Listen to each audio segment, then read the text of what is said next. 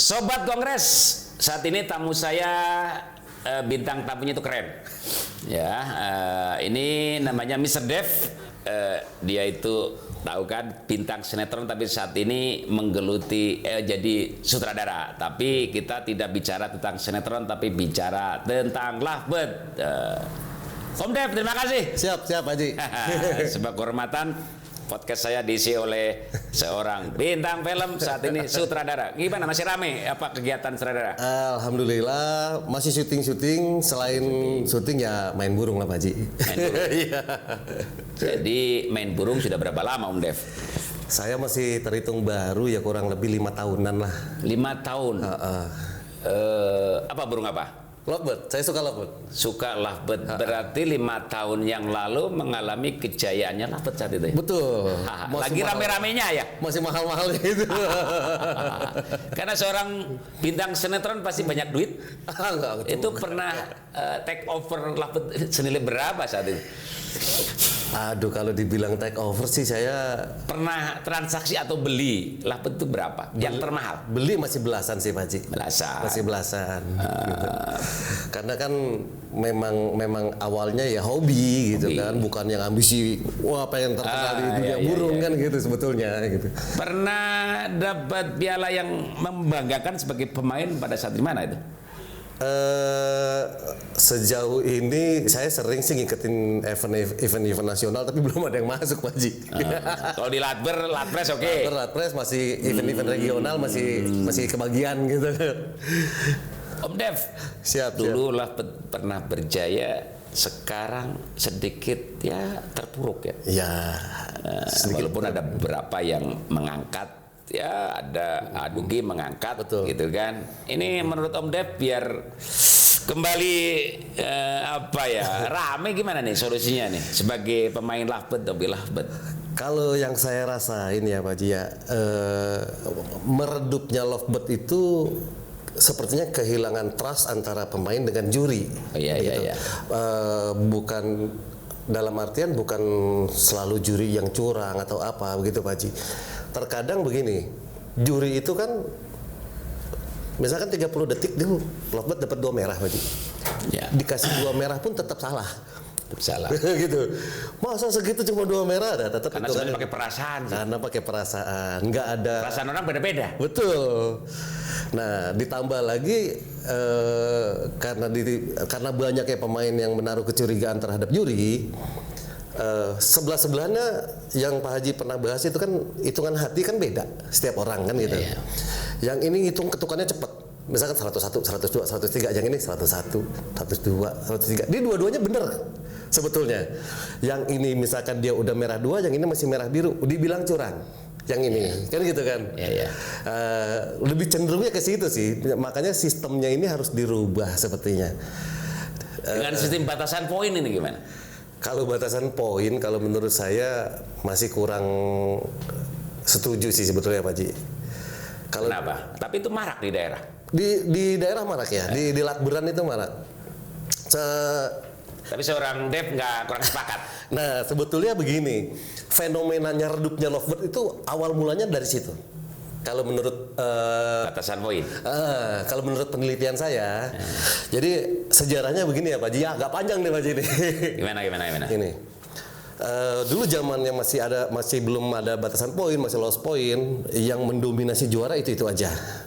Akhirnya pemain-pemain baru yang mau ngerasain juara punya ide, batasin poin dah biar jangan dia terus yang juara gitu.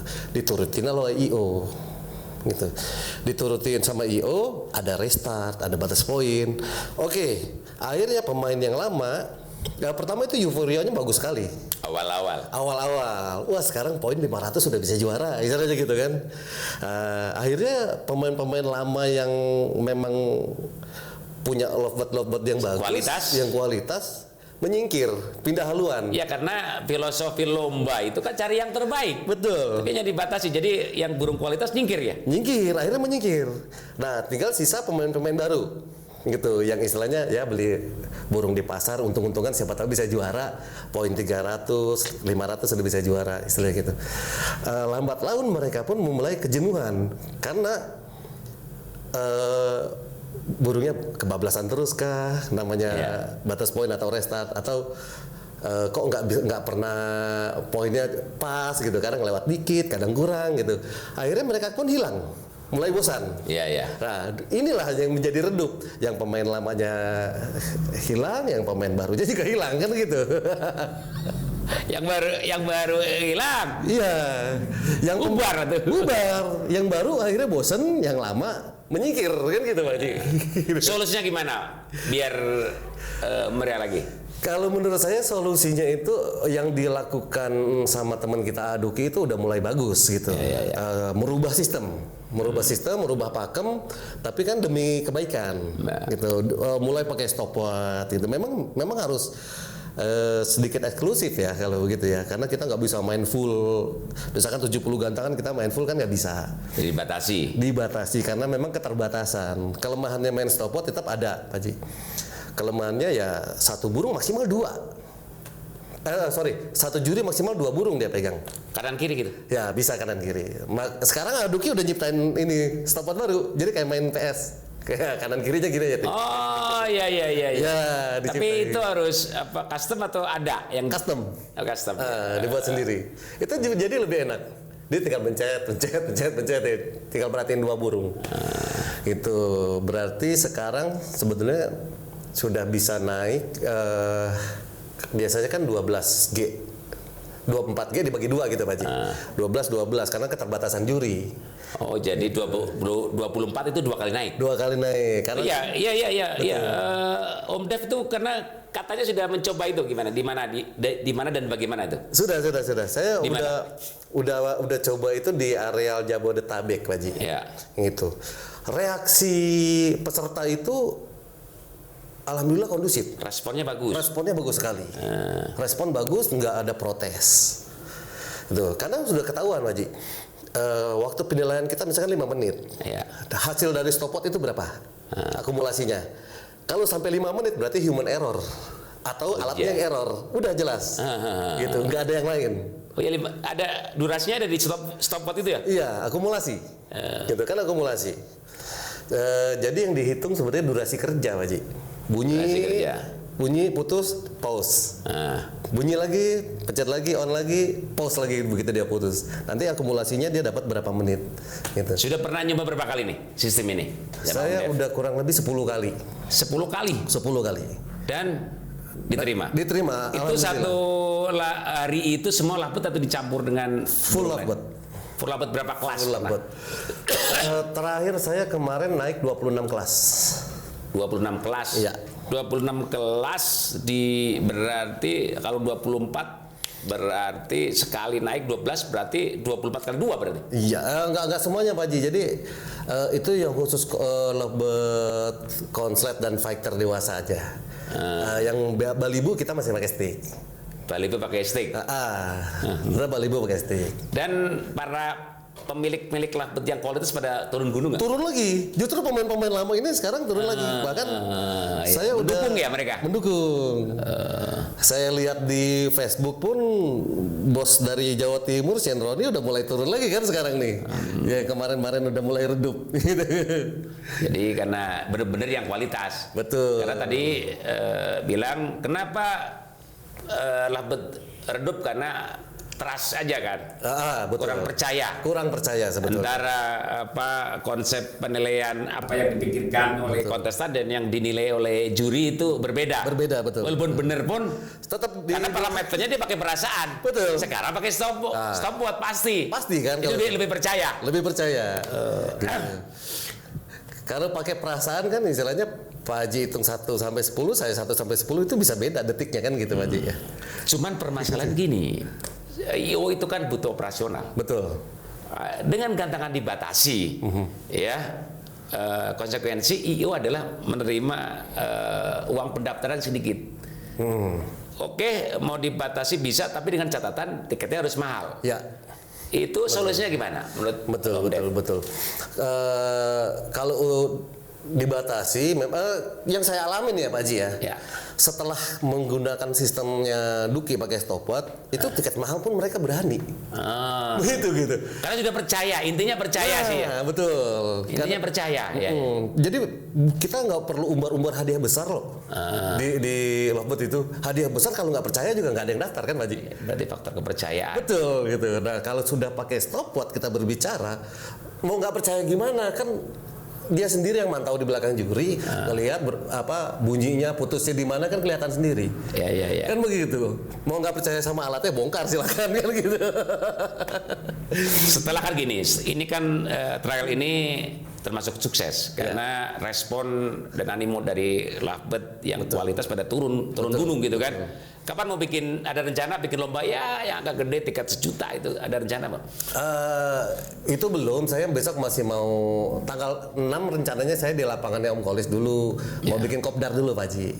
Kopdar Lovebird tuh full seharian Lovebird. Karena dari dulu saya udah tantangin tuh Om Kolis tuh, ayo Om Kolis kita bikin acara, nanti dulu ya. Jadi saya uji coba dulu di lapangan-lapangan lain gitu kan. Terus gini, untuk mendidik juri, untuk membiasakan stopwatch itu adaptasi biar sampai dia lancar dan refleks itu berapa lama? Itu nggak lama Pak Haji ya. Saya kadang-kadang paginya baru saya ajarin. Bisa lah. Iya gitu. Berarti, Pak Haji langsung saya briefing langsung bisa gitu. Berarti instan gitu kan? Instan. Nggak lama. Kemarin kan kalau lapangan Ebot saya pernah pakai di lapangan Om Bejo. Oh Bejo. Iya di Pejaten. Itu juga sama, jurinya cuman dadakan. Iya. Betul. Jadi udah punya perangkatnya, udah punya semua. Iya. Langsung saya bawa. Ini sistemnya begini, cara pakainya begini. Selesai penilaian, klik, gantung, nggak boleh ada yang nyentuh. Nggak boleh ada yang nyentuh. Tinggal nanti tukang rekap tulis berapa menit, sekian detik, gitu. Itu alhamdulillah. Selama trial itu tiket termahal berapa baru? Kalau saya masih di 200 ribuan. 200 ribu ya. Itu masih bisa ada istilahnya akar rumput, maksain masih bisa Pak Haji. Kan gini, sebuah prestisnya burung itu berbanding lurus dengan harga tiket. Betul. Nanti harga burung kan? Betul. Prestis, harga tiket, harga burung. Betul. Tapi menurut saya, saran saya bertahap coba naikin dari 200 ke 300 ke 500 karena tetap biar apa? Biar ada transaksi di situ. Betul. Kalau ada transaksi di situ orang mau pasti orang-orang atas pada turun. Saya yakin akan meriah lagi. Meriah lagi dan transaksi jual beli itu akan meriah lagi gitu kan. Betul. Tapi dengan catatan itu tiketnya dinaikin dikit. Ada rencana kapan kira-kira? Ada nggak? Jangan nanya terpaku di 200 coba. Ya kalau saya sih rencana mau naikin di 2 juta justru nanti ini. Jangan dulu bertahap coba. Bertahap kan dari 200 ke 500. Ya 500 boleh lah gitu. 700. Jangan langsung 2 juta gitu kan. Karena saat ini kan kepercayaan kontestan yang paling fundamental itu kan kepercayaan kontestan udah. Betul. Sudah didapatkan dengan sistem ini gitu. Ya. Ada masukan nggak dari untuk melengkapi dengan sistem ini dari kontestan masukan mereka? Kalau masukan mereka ya sekarang lomba-lomba regional atau nasionalnya, contoh di Ronggolawe belakangan ini udah nggak pernah ada nih kelas-kelas lobet gitu, ya tolong diadain. Diselipin? Jangan diselipin istilahnya justru. Pemain lobet prestisnya masih tinggi Pak Haji. Tiket 5 juta Duki di Magelang kemarin rame 3.000 lebih peserta. Gitu kan, ya kopdar konser nasional itu masih berani mereka. Tiket 5 juta kelas utama masih penuh. Paling begini, kita pada saat mau bikin di Wiladatika kita 2 lapangan, 1 lapangan Ojan, 1 lapangan Lovebird, tapi Om Dev yang ngelola. Setuju. Setuju. Tapi kan gini, kalau kita kan nggak pengalaman dalam mengoperasikan sistem itu, betul, menangani yang protes, Om Dev harus tanggung jawab. Oh iya. Siap ya? Siap. Kira-kira kapan nih? Nah, lu ditantangin nih sekarang. Nah, sekarang saya bingung kalau. Bagusnya di tiket di harga berapa? Tiket utama di 500 ya, Pak Haji. 500.000 ya. 100.000, terus paling kecil di 100 lah. Itu bagusnya di 25G. Kalau 25G berbarengan berarti harus ada 12 juri. Ya. 12 juri. 24G. 24G berarti 12 juri. Ya. 12 juri. Tergantung sih lebih banyak Ya itulah kelemahannya, nggak bisa banyak pakai juri kan kita kan. Ngitung kos juga kan gitu kan Pak Ji, Iya. ya, gitu. Kalau misalkan 12 juri kita masih bisa. 12 juri 24 berarti 2 kali naik. 24 sekali naik. Nah, itu bisa. Oh iya, iya ya. Satu juri, dua burung. Dua burung. Ya, Sekarang boleh. gini lah. Dulu itu waktu masih pakai stick, satu juri 2 burung kontrak masih bisa. Padahal itu lebih ribet loh. Lebih ribet. Ada kuning, ngambil ini, ngambil merah kan gitu. Sekarang kan tinggal pencet Pak Ji. Klak, klak, klak, klak. Harusnya lebih mudah. Harusnya lebih mudah ya. Iya. Kalau seandainya sukses kita katakanlah di wilayah Tika, terus marak, optimis nggak harga lapet bakal seperti dulu lagi? Optimis sekali. Bahkan sekarang udah mulai puluhan sampai ratusan lagi Pak Ji transaksinya. Sudah. Transaksi sudah ada. Sudah ada. Gitu. Sekarang udah banyak. Beberapa bulan terakhir ini udah transaksi. Karena kemarin kan kita juga miris kan dari peternak itu kan harga lapet bisa 25.000. Betul. Mungkin peternak sekarang udah pada malas ternak, udah sedikit supply-nya mungkin ya. Iya. Karena kalau harga anjlok mungkin sedikit mungkin. Mulai berkurang. Nah, dulu kan banyak dari Jawa Timur ya Pak Ji ya. Labet itu Jawa Timur. Sekarang mereka juga kayaknya udah mulai redup juga untuk ternak karena harga jualnya segitu, nggak sesuai dengan pakan dan perawatan. Udah milletnya naik. Iya. Jualnya. Om Dev itu sebagai pemain kan gini, asalnya pemain, sekarang menjadi IO. Burungnya dikemanain? Ayo. Sekarang penggiat labet, kan punya labet. Ya. Burungnya sendiri diturunkan nggak? Burung saya justru ini. Sejak saya membuat IO istilahnya, burung saya jual. Dijual. Saya jual Pak Ji. Gitu. Sekarang jadi pelayan lah. Iya, gitu. Jadi ada yang tanya nggak? Itu apa pemain ini gimana di burungnya atau sekarang itu gimana? Iya banyak, tapi kan saya jualnya keluar pulau Pak Ji. Nggak, maksudnya kan biasanya pemain itu manakala IO-nya punya burung dia menurunkan, kadang-kadang kan ada apa ya, faktor tidak percaya karena IO-nya punya burung takut diturunkan. Itu yang tanya gitu. Ada, tetap ada. Ada. Tapi saya kan selalu bilang, burung saya udah sold out ke Sumatera, udah gitu kan. Tapi dengan sistem stop pot seperti ini sebenarnya lebih transparan dan lebih transparan. Walaupun IO punya juga menangnya juga cengli lah ya. Sebenarnya. Kembali lagi kualitas yang menang. Iya, karena ini matematika. Iya. Bedanya kan gini, kalau udah pakai stopwatch, memang ini matematika yang nggak bisa dibohongin. Betul. Nah, kalau dulu pakai stick itu kan pakai perasaan, sulit.